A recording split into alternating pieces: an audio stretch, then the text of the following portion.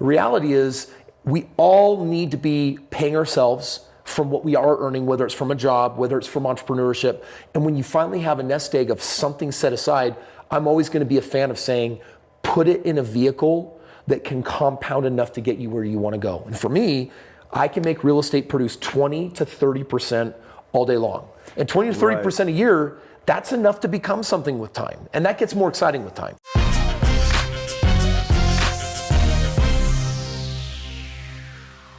We've got Kris Krohn here in the studio What's today. up, everybody? Dude, glad to be back. Thank you, Matthew. I appreciate it. I'm actually in Kris's studio. This place is sick, man. You guys should see this building he's built out. An event center. I mean, it's a full-blown event party station, man. I mean, this place is awesome. So that's one thing that Kris never fails to impress me with, which is his attention to detail and his ability to really go big. And that's something that was handed over to me actually when I showed up today, which is this amazing Krohn Consortium. This book right here essentially outlines somewhere in the ballpark of about 4,000 properties that Kris and his team have been a part of purchasing, and he's really established a name for himself as one of, if not the largest, long-term buy and hold real estate experts, especially here on the YouTube platform. So what I wanted to talk with you about today is why long-term buy and hold real estate when all I'm really being left with is $400, $500, $300 every single month, when I can go out and go big on the cash flow front. You know, Matthew, I think we could sit here and I can't tell you how many real estate guys I've debated with over the years on like short-term, long-term, short-term, long-term. And the reality is I think that every person needs a short-term strategy, but everyone needs a long-term strategy. And you know what? Most people don't have a long game strategy. Some of my buddies, they're out there flipping deals and they're making all this money now, but they're living off of that money as well. And there's not a lot left over at the end of the day. And so I'm like, how do you create the right hybrid where you can have your now money, but also be preparing for tomorrow? You know, I had a lot of people that were skeptical of me and they're like, dude, Kris, what are you doing? You're playing the grandpa long-term retirement game. I get it, I'm an anomaly. I did something in 4.5 years with the long-term thing. But the thousands of people I've been able to build portfolios for over the years, Matthew, what it really comes down to is saying, okay, listen, most people are not doing real estate as a career. They have a job for their now money. So a lot of the people I tap into are the people that are saying, hey, I would like someday to be able to retire. I'd like to have money instead of just my 401k or IRA. I'd actually like my assets producing something for me. And so what I did is I basically created a turnkey systematized approach to going into the best markets nationwide. This document that anyone in the link can download for free will actually show you thousands of those homes, the markets that we've gone in, and how we're producing 20 to 25% annual ROI. And so you're going to give this in the link below? It's for free to everyone who opts in for it. But Matthew, this is the thing that is troubling to me and really upsets me. People are blindly putting their money in 401ks, IRAs, annuities, even just in their home. And they're doing these things hoping that someday when they retire, that it'll mean that they've accumulated enough. But here's what no one's telling them. This is something their financial planner doesn't want you to know, is your 401ks and your IRAs and your annuities, they're actually averaging around a 4 or 5% annual return on average. And when you compound that, then 40 years is not enough for that to actually become what you really want.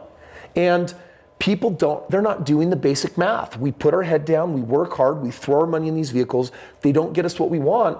And so by the time someone gets in their 50s and 60s, they're in panic mode coming to me saying, Kris, I need something real. And I'm saying, well, did you know that if you're compounding your money at 20% or 25%, your money's doubling every 3-4 years? Guess what? Dude, you do that for 10, 20 years, you can finally live in the house that you want, you can retire the way that you want, you can have the lifestyle that you want. So modest medicine's only having us live longer. So you've got to think about the long game. You can't just be focusing on the short game. I think that's a really good point. A lot of the time when I've been talking about real estate in general, it's because I have that entrepreneurial twist, right? And so one thing I don't want to deprive you guys of is an acknowledgement that not all of you are entrepreneurs, or do you even really want to be entrepreneurs? And sometimes I think I go too hard at pounding the concept of being an entrepreneur and really looking for those $1 million years, right? And that's fine. That's why we talk about things like Little Pink Houses of America. Guys, that's been my real estate process recommendation for a lot of you to consider for the last 8-9 months. And I still completely support that for those of you that want an entrepreneurial option. Yeah. The downside to it that I'm going to continue to repeat is that it's transactional in nature, but so is your day job, folks. This is an option alternative to being able to work a day job, but going out and instead of making $5,000, $6,000, $7,000, $8,000 a month, realistically being able to pull something like 15, even as much as $30,000 or $45,000 a month. When you're averaging $15,000 a deal, it's a lot like flipping, right? Yep. Now, I don't like flipping personally. I don't recommend flipping. Now, you might like flipping. I don't.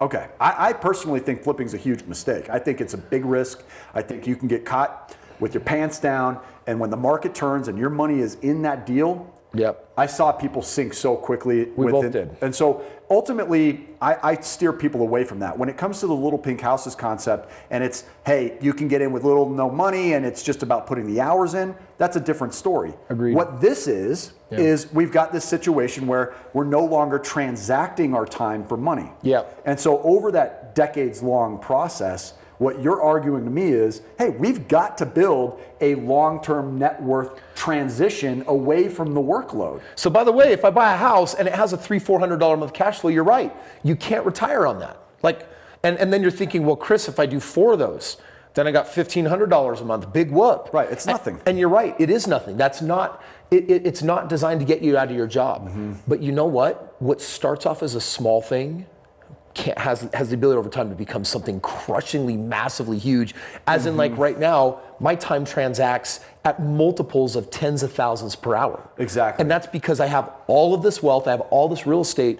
And so I think people need to find a way to actually have both, Matthew. They've got to find a way to have the now money. And you're right, not everyone's an entrepreneur. They're gonna see, they wish they were maybe, or they wish they could earn some of the bigger money. The reality is we all need to be paying ourselves from what we are earning, whether it's from a job, whether it's from entrepreneurship. And when you finally have a nest egg of something set aside, I'm always going to be a fan of saying, put it in a vehicle that can compound enough to get you where you want to go. And for me, I can make real estate produce 20 to 30% all day long. And 20 to 30% a year, that's enough to become something with time. And that gets more exciting with time. So as reluctant as I was to accept that long-term real estate really should be playing a role in the early stages, what really piqued my interest in our initial conversations is this idea that while the normal person, the normal coaching member of mine would be considered a fairly active investor at even just 1 or 2 properties per year, you're coming in and blowing that away with an average of somewhere like 4, north of 4 per year, right? With the average person that you're working with. And if I can help someone buy 4 properties in year 1, right? If in 5 years that doubles and now you have 8, and in 5 more years it's 16, 15 years down the road, you got 30 properties. 20 years down the road, you got 60 properties. And I got to tell you that cash flow, that's exciting. And now we start thinking about generational wealth. It's like, okay, what do I want to pass on to my kids? What do I want for the next generation? Or when I die, is there some charitable or foundation that I want to support? And so you got to have that long-term thinking built in. I think there's just too many people on this platform that are in their 20s that are making people like you and me who are in their 40s feel like we've missed the boat because we didn't start 15, 20 years earlier. And in reality, these numbers we're talking about, where if in 15 years we're at a 30 property portfolio, we have a long life ahead of us. I mean, I don't like to start thinking about legacy when I'm at 40 years old. You know what I'm saying? So let's start enjoying our own lives and retirements and creating that lifestyle that we've always desired. Well, and I don't even think it's about retirement. I think what people want today is people want freedom. 100%. People want mobility. Nobody really wants to retire. No. What does retirement even mean? No, people You and I feel retired. You call yourself retired. No. And I've actually had to shift that language because I actually tried to retire and it lasted 6 months. And then I'm like, boring, man. I mean, not only that, but I felt like I was dying inside. Like, dude, I need to be productive. I want to fulfill some purpose. And when I figured out what it was, I'm like, all right, now I'm going to find balance where it's like, now I'm going to pursue the things that I want in life. But listen, bottom line is I want the money to do what I want. I was a couple days ago, I was jumping out of a plane skydiving. Oh, you went skydiving? I went skydiving. And I was enjoying, I took a group of people with me. It was a blast, and then we're like shark diving with no cage, which, dude, that'll light you up and wake you up a little bit too, right? No, thank you. It's not for everybody. I mean, how do I have the money that I need to live the life that I want? And so, play the short-term game. But if you had to choose between short and long, in my opinion, Matthew, you have to have at least a long game. Okay. So meaning if someone is saying, hey, I got a career, I'm only making 40 grand a year, 60 grand a year, and I wish I was the entrepreneurial type, but listen, I've tried it, I failed, it's not my jam, I don't think I'm gonna figure it out, but I like what I'm doing, it's like, then you better be an amazing saver, and then you gotta have your long-term, because that one you'll always regret. If you don't have a long-term game plan, you're screwed. You better like working so much that you're willing to work until you die. Truth. And there are those people out there doing it more than ever before. Yeah. So, but they're firing greeters at Walmart now, so you better look for something else than that. Yep. So I love it, man. I think that there is space enough for both now, right? And I think you're probably right. I think I was probably being a bit naive or even over-optimistic in thinking that entrepreneurship is for everybody, or you should be out building a side hustle where you can be making hundreds of thousands of dollars a month. And I still believe that you should be looking into that and believe more in yourself and believe that it's possible for yourself and focus on the long game too. But if you're only going after one, you do have to focus on the until you die roadmap, because there are people that are counting on you after you die. It's true. To have managed your money right while you were alive. So guys, that's the general gist, I think, of where our two philosophies are starting to collide and then combine. And you know what, I'm excited about it. And I do think that, I'm waking up and I'm getting to a point where, I can bring in solutions for you guys that are saying, I want real estate to be a long-term part of my future, and I want that cash flow to be residual. I know everybody calls it passive income. I think that term is bullshit. I personally call it progressive income, which is progressively it gets easier and easier over time, and it's less and less involved. But real estate is one of those things that doesn't feel like it takes a lot of work because it's really fun.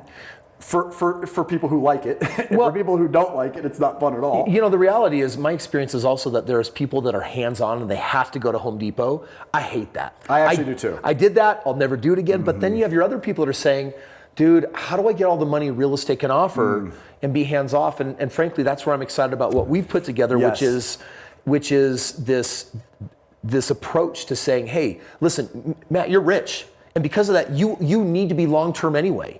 And how you got that was by mastering the short term. But I mean, for everyone that's watching this, have a good short game, but you have to have a long game. And now there's additional options of what that looks like. The 4,000 homes that I've done so far, I'm only doing more real estate now than I've ever done before. We're crushing it on our ROIs.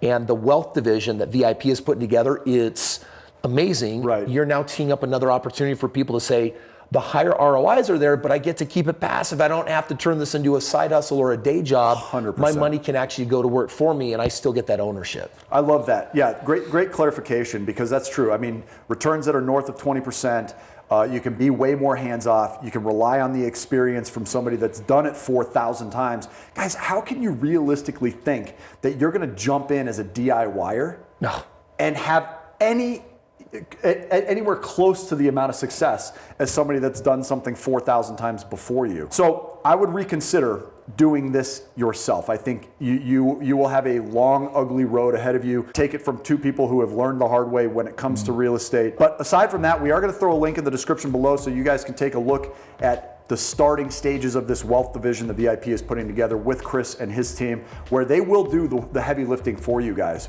I'm gonna help you with the money side. I'm gonna help you get your credit right. I'm gonna help you get the mortgages right. I'm gonna help you manage the cash flow the way you need it to be managed. And Kris is gonna help you acquire that portfolio that you, frankly, don't have to worry about going out and getting your hands dirty with. So make sure you stay tuned for all the videos, guys. I'm gonna keep bringing Kris in for more and more value. He's gonna keep talking about more and more of the most popular topics that come from his channel so that we can start sharing it here with you guys. And also drop a like if you're excited about these types of collaborations. We wanna make sure we're bringing you as many resources as possible. You guys know that that's one of my missions, is to be a resource of resources for you. So we'll see you on the next video. Until then, make it a great day. Take care. Take care, guys.